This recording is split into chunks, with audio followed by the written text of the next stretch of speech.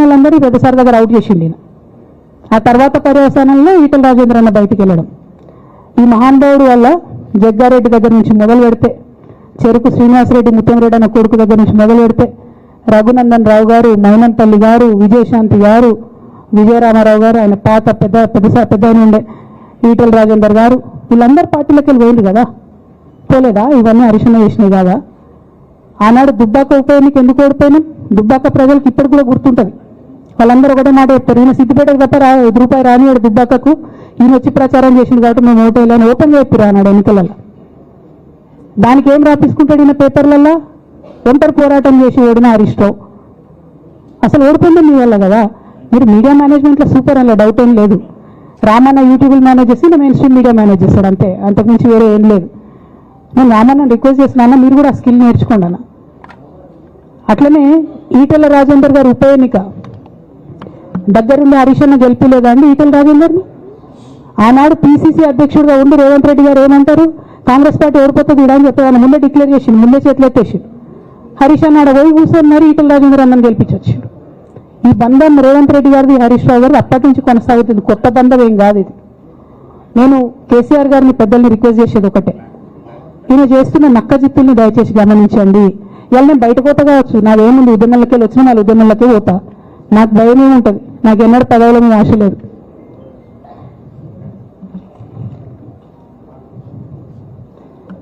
Party నుంచి వచ్చిన ఎమ్మెల్సీకి speaker ఫార్మాట్లో చైర్మన్ గారికి నేను పంపుతా ఉన్నాను రాజీనామా పత్రాన్ని.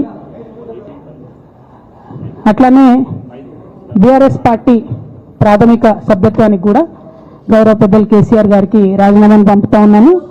దీన్ని మన రావుల చంద్రశేఖర్ రెడ్డి గారికి తెలంగాణ భవన్కి వారికి నేను పంపుతా ఉన్నాను. ఎందుకు ఇవి ఇప్పుడే చూపించిన అంటే, పదవుల మీద నాకు ఎప్పుడు ఆశ లేదు. మేము ఉద్యమంలోకి వచ్చింది ఎందుకంటే మా నాన్న ఒక్కరు ఇంత ఒంటరి పోరాటం చేస్తున్నారు, ఎంత వీలైతే అంత ఆయనకు మద్దతు ఇవ్వాలని వచ్చినాం. ఆనాడు మేము ఉద్యమంలోకి వచ్చినప్పుడు పార్టీ అధికారంలోకి వచ్చే ఆస్కారమే లేకుండే, తెలంగాణ వస్తుందో రాదో అనే అనుమానాలు అంతటా ఉండే. మేము ఉద్యమంలో కొట్లాటలో లాఠీ దెబ్బలు తినడం కోసం, జైల్లోకి పోవడం కోసం ఆనాడు వచ్చిన ఉద్యమంలోకి, అధికారంలోకి వస్తామనుకొని రాలే. రామన్నైనా నేనైనా కేవలం నాన్న కోసమే వచ్చిన ఉద్యమంలోకి. అందుకే మా కుటుంబం మీద కుట్ర. ఈ కుట్రను గమనించమనే నేను మా కుటుంబాన్ని కోరుతా ఉన్నా. ఇక పెద్దసార్కు నీడలాగా సంతోష్ రావు గారు ఉంటారు. ఇక సంతోష్ రావు గారి గురించి 2 నిమిషాలు చెప్తాను, అంత పెద్ద సీనియర్ మనిషి కాదు కానీ చెప్పాలి. ఎందుకంటే కూరలా ఉప్పెట్లుంటుంది ఈయన అట్లా అన్నట్టు, ప్రతి దాంట్లో చెడగొట్టడానికి కొంచెం ఉండాలి కదా అట్లాంటి వాడు, కాబట్టి చెప్పక తప్పదు ఈయన గురించి. చెప్పులో రాయి చెవిలో జోరిగా అంటాం కదా అట్లాంటి టైపు, కాబట్టి ఖచ్చితంగా చెప్పాలి. విషయం ఏంటంటే ఈయన ధనదాహం ఎట్లాంటిదంటే సంతోష్ రావు గారిది, రామన్న కాన్స్టిట్యున్సీ, కేటీఆర్ అన్న కాన్స్టిట్యున్సీ నేరెళ్లలో ఇసుకలారి గుద్ది ఒక దళిత బిడ్డ చనిపోతాడు. సరే, దాని మీద పాపం అక్కడ ఆ రోజు అందరు అజిటేషన్ చేస్తే ఈయన సంతాన అడ్వాంటేజ్ ఏంది, ఇక్కడ కూర్చుంటాడు సార్ దగ్గర, సీఎంఓలకి వెళ్ళి ఫోన్ చేసి అక్కడున్న పోలీసు వాళ్ళందరినీ ఒత్తిడి పెట్టి 7 దళిత బిడ్డల్ని కొట్టిండ్రండి. 3-4 సార్లు 3rd డిగ్రీ వేస్తే ఇలా 7 కుటుంబాలు కూడా వాళ్ళు ఎందుకు కూడా ఏ పని చేసుకోలేనటువంటి పరిస్థితులలో ఆ దళిత బిడ్డలు ఉన్నారు. అది మొత్తం రాజకీయంగా బ్లేమ్ అంతా రామన్న మీదకి వచ్చింది. ధనదాహమేమో సంతన్నది, నేరం చేసిందేమో సంతన్న, వీడికెళ్ళి ఫోన్ చేసి ఒత్తిడి చేసి కొట్టిపించిందేమో సంతన్న, చెడ్డపేరేమో రామన్నకు వస్తుంది. ఈ ఎగ్జాంపుల్ చెప్పడం కోసమే నేను ఈయన గురించి చెప్తున్నా, వేరే ఏం లేదు. ఇక సరే టానిక్ వీనిక్ ఈ వీటిలో వచ్చిన కేసులు ఏమవుతాయి? రేవంత్ రెడ్డి గారు ఆర్బాటంలో ఒక అనౌన్స్మెంట్ చేస్తారు, ఇంతకుముందు చెప్పిన కదా మ్యాచ్ ఫిక్సింగ్ ఎట్లుంటుందంటే 1 డే న్యూస్ అవుతుంది, టానిక్లో ఈయన మీద కేసు పెట్టిరని, 3వ రోజు పోలీసు వాళ్ళు ఎఫ్ఐఆర్ కొట్టేసారు. అది మీరు ఇంకా కనుక్కోండి, క్రాస్ చేసేసారు, కేసు మూసేసారు. ఏం అండర్స్టాండింగ్ ఉంది ఎందుకు మూసేసారు?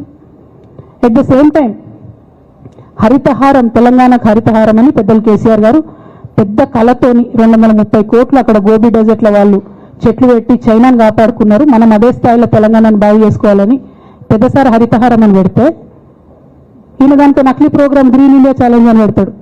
తెల్లారులు వస్తే సినిమా వాళ్ళని తీసుకురావాలి, రోజు ఒక ఫోటో వేసుకోవాలి.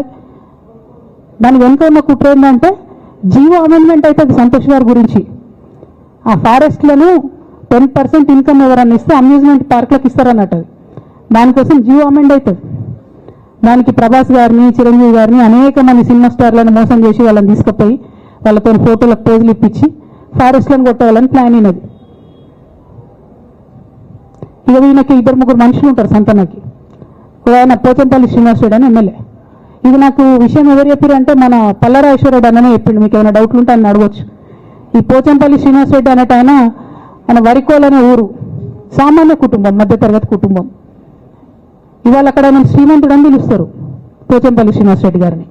ఇక్కడ నాకు పల్లరాజేశ్వర రెడ్డి గారు చెప్పిన సమాచారం ప్రకారం మోకిల్లాలో మెగా శ్రీనివాస్ రెడ్డి, మెగా కంపెనీ ఉంది కదా, కాళేశ్వరంలో అవినీతి చేసిన మెగా కంపెనీ ప్లస్ పోచంపల్లి శ్రీనివాస్ రెడ్డి గారు కలిసి 750 కోట్ల విల్లా ప్రాజెక్ట్ చేస్తున్నారు మోకిల్లాలో. ఏడికెళ్ళి వచ్చినాయి అవి? అవినీతి డబ్బులు కాదా?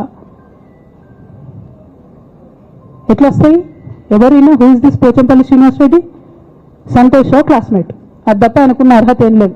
ఆయనకి ఎమ్మెల్సీ వస్తుంది, కాంట్రాక్ట్లు వస్తాయి, ఇంకేందో వస్తాయి. అట్లనే నవీన్ రావు అని ఇంకొక ఎమ్మెల్సీ ఉంటాడు. ఆయన డైరెక్ట్గా మా ముఖం పట్టుకొని అందరి ముంగట అంటాడు, నాకు ఎమ్మెల్సీ ఇచ్చింది కేసీఆర్ గారు అన్నా నాకు దేవుడు సంతోషం అంటాడు ఆయన. నిన్న మొన్న వాళ్ళ ఫాదర్ని పట్టుకున్నారు పేకాటల. ఏమైంది కేసు? ఆల్రెడీ నవీన్ రావు గారు పోయి మన ముఖ్యమంత్రి గారు కాళ్ళు పట్టుకున్నట్టుగా తెలిసింది. వాళ్ళ తల్లిని విడిచిపెట్టిరు, ఈయన మీద భూ కబ్జా కేసులు ఉంటే అవి విడిచిపెట్టిరు. అంటే ఓ పక్క సంతోష్ రావు గ్యాంగు, ఇంకో పక్క హరీష్ రావు గ్యాంగు. 100% రేవంత్ రెడ్డి గారితో ఇక్కడున్న కాంగ్రెస్ ప్రభుత్వం